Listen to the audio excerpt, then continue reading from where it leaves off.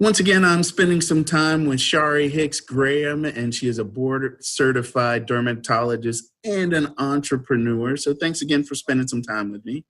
Absolutely. Thank you. So before we talked about your world as a dermatologist and physician, let's talk about entrepreneurship. Now, being a dermatologist, sometimes you have a practice with people, sometimes you start your own. In that facet, you've actually started another business that is entrepreneurial. And what I want to know is being an entrepreneur, it can be a little lonely. Do you remember that? What was it? That Schoolhouse Rock, one is the loneliest number. Yeah, you're telling your age. Is it? It didn't show in the wisdom right there. No, not at all. Not at all. But yeah, so being an entrepreneur, how do you deal with having to launch your business pretty much on your own? Most people have to. I have found that really it's certainly a bit isolating at times. However, there is a huge community of resources that's available really to help it not feel so lonely. But when I think about the reason why I created the second business, Livso, I really track it all back to experiences that I've had with patients. And so the whole reason for developing the brand was because I saw a need in my patient population.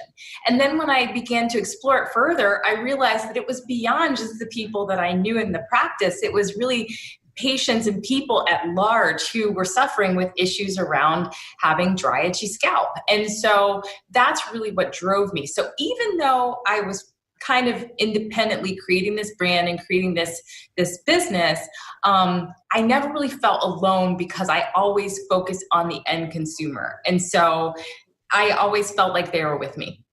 For you, that was it was a passion. So passion typically isn't work. And if you were to give any advice to somebody looking to launch a business, would you tell them to really focus on the bigger picture of the passion and not so much of the financial?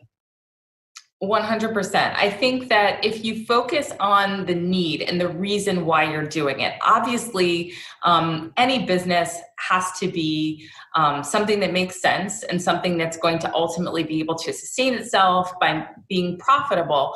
However, if you make sure that from the beginning you're serving a need, I feel like the rest will follow. When you came up with your idea, were you nervous to launch this on your own? I'm sure once you kind of got into it, you built a team and they kind of helped your support. But when you first came up with this idea, were you like, I don't know if I can really do this. How am I going to make it happen? And if you were, how did you overcome that? Absolutely. It was it was almost like I had a small bit of a secret, right? That I was kind of living with and cultivating and nourishing in my mind. But then when I finally began to consider sharing that idea with people, it really gave me fuel. And so I even though it was an independent developing process, it also was something that I was able to receive guidance from special friends who are also very business minded. Certainly I had family members who also contributed their good ideas. And before I knew it, I was really just kind of catapulting toward the goal.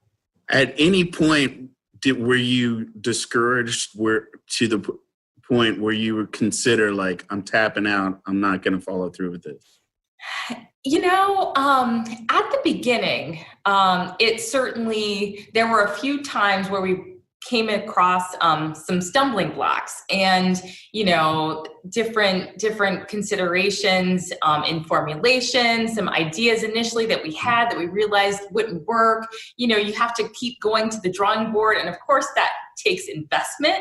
And so when it comes to really putting your money where your dreams are, it does become a little bit frightening, especially when there are no guarantees. Especially, we know that most startups do fail, and so and no one has money that is just there to burn. You always want to make sure that you are investing in a good thing, in something that makes sense. And so, there were lots of times when I considered, is this really worth it? But then we would always get signals. I would always get signals that, no, this is really the right thing. It may have been from a patient that I encountered who, I gave a sample to and then gave great feedback, or maybe it was, I received a roadblock one direction, but then within days, another door would open.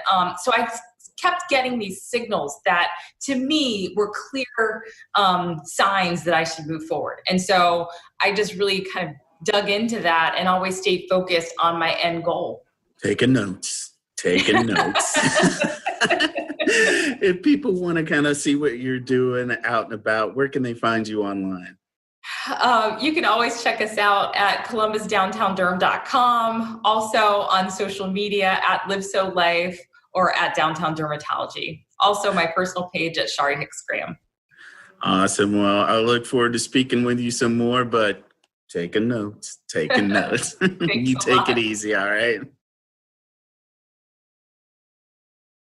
When it comes to keeping you safe, the sky is the limit. Here's how it looks from the downtown. News 4 Jax, alerting you with a county-by-county network of 16 aerial cameras, showing you real-time weather conditions so you can avoid danger.